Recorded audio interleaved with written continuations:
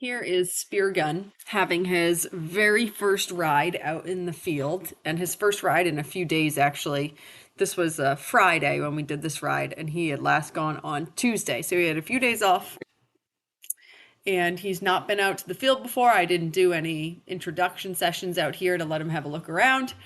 He just came right out and we got on with things, and he was excited. He was happy to be out in the field, and it was cool to feel him get a little bit perked up and a little bit fresh feeling. In the ring, he is, I mean, and don't get me wrong, like his fresh feeling is just like this right now, just, being happy to work. But in the ring, he is super, super quiet, which is great. But it was really fun to feel him get his blood up a little bit and be really keen. And he was even more excited when we started jumping, which was great. You always want to have that feeling that they are loving it.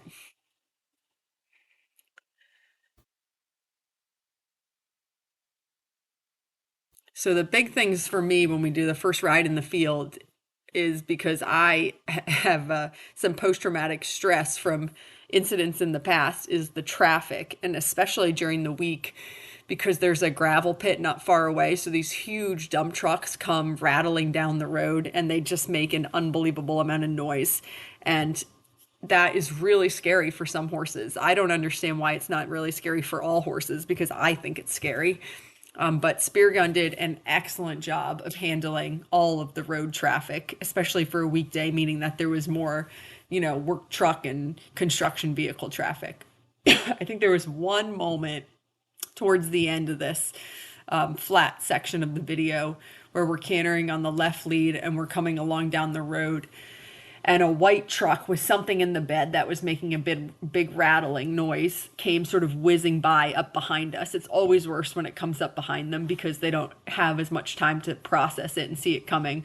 And that gave him a little spook. So if you're really looking for that at the end of the video, you'll notice it, but it's literally just a half a second of a jolt.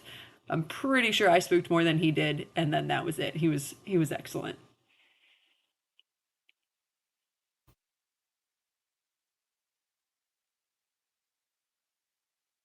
I promised myself that I wasn't going to go on and on about how lovely I think this horse is. I think he pretty well speaks for himself.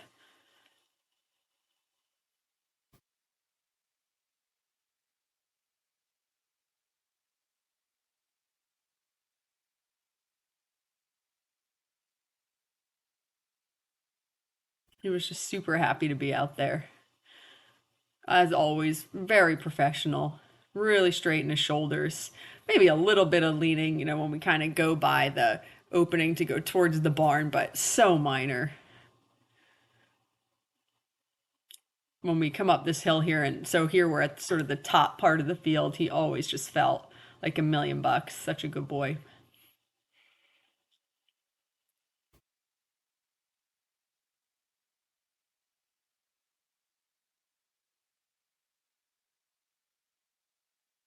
I really put on my thinking cap, and I almost had asked him to trot there when we were traveling to the left because his trot work was fantastic. I knew we were ready to canter. But then I thought, well, he is a little bit stronger in the right lead canter, so I thought we'd roll back, change to the right, and canter right first. And he always does a beautiful right lead canter. What we've really been working on is actually our left lead canter depart. When he first came, he just wanted to scoot a little bit into that left canter transition, but we've been working on it the last few rides, and I think he's pretty much got it, even out in the field today in his sort of excited version of himself. He did a really nice, just stepped into the left lead canter.